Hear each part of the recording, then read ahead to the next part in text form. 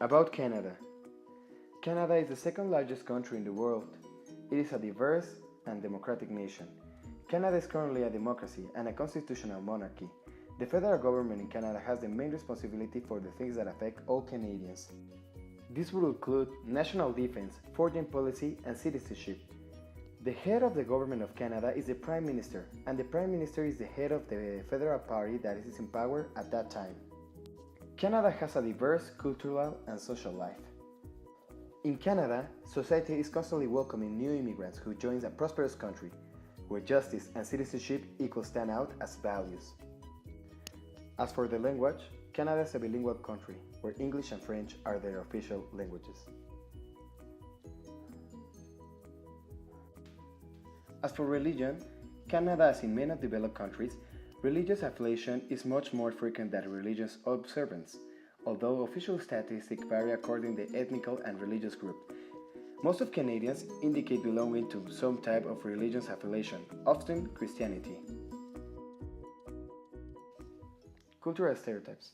Canadians value free time which they use to carry out various activities, such as sports or contact with the nature and the consumption of cultural goods.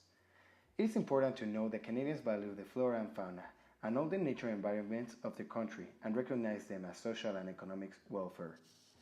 The visual arts and essence also occupy a very important part of the activities of the Canadians.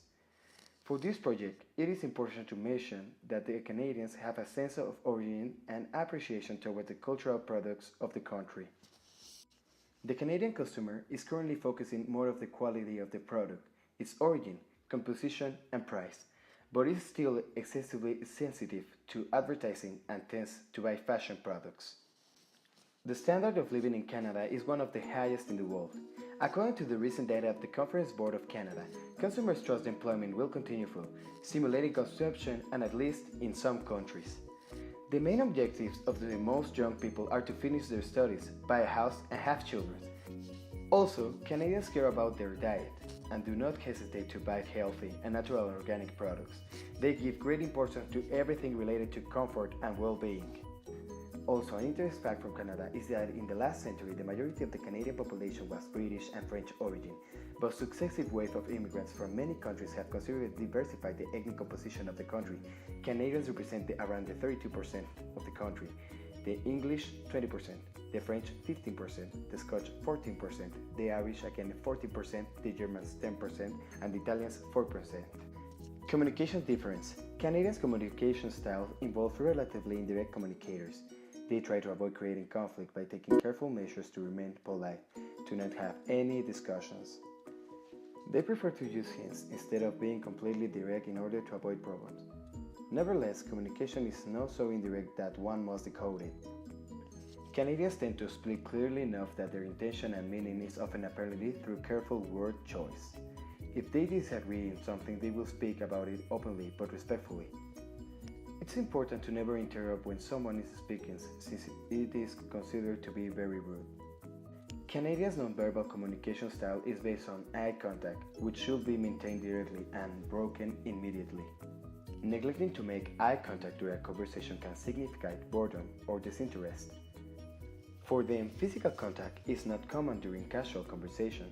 They respect the personal space for everyone at all situations. Canadians tend not to gesticulate very much during conversation.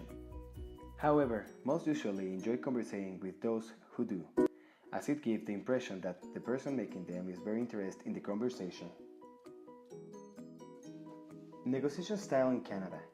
The negotiation must rely on data and empirical facts.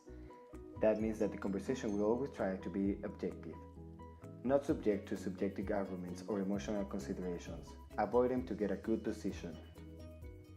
Every business appointment usually begins with a formal presentation of the parties, which does not take long. Concluded, the personal cards of attendance are usually distributed in French and English. They must contain the personal data and their position within the company or institution that they represent. In all work meetings are usually distributed in turn sobre folders, where the topics to be discussed during the same, previously agreed by the parties at the time of the scheduling the meeting. They are quite equivalent to talk about their unforeseen aspects in advance. As a counterpart, in the first instance, you will find the sitting in front of you, the CEO of the company who will be simply during the first minute of the first meeting, together with the board of executives involved in the business. Conversation usually takes place in a warm but serious environment. The Canadians listen to interlocutor without interruptions. It is customary to alternate the use of the word in an educated manner.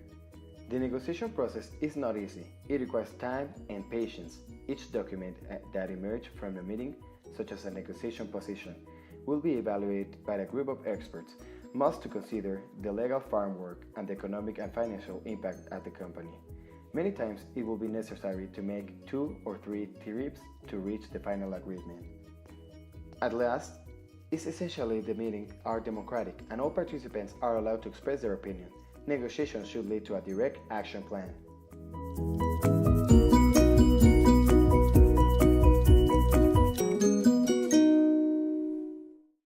Now, our last point, the main business protocols and tips to have success in Canada. You may have to pay customs duty when leaving customs. You have to review your product by the Canadian Quality Commission. You may need a transportation organization that will provide you with services of a custom broker that help you to obtain the exit of the product. You may need a packing list and a transportation document. All of the requirements are received a document of a custom duty and tariffs. If your product is going to be imported into Canada, it's very important that you or your company is registered with the Treasurer in Mexico, that is RFC. It also has an important description of the product because Canada has quality controls on the product. It must also be taken into account that it can make an assessment of the production capacity and the capabilities of the fingers. Also, there are some tips to have success in Canada, or in whatever place you need. Make an analysis of the environment and the country of destination. Develop a list of opportunities and threats. Plan how to access the new market. Identify the most appropriate marketing strategy to apply in the country where we want to implement our product. Study the economic and financial viability of the project. Enter with vocation to stay and reach a sufficient market share so the implementation costs do not shoot up. Assign the necessary financial and human resources. And always investigate legal issues. Analyze deeply possible legal barriers to enter the country, as well as possible export licenses that need products. And that was it. Thanks for listening to our project, our video. So have a nice one.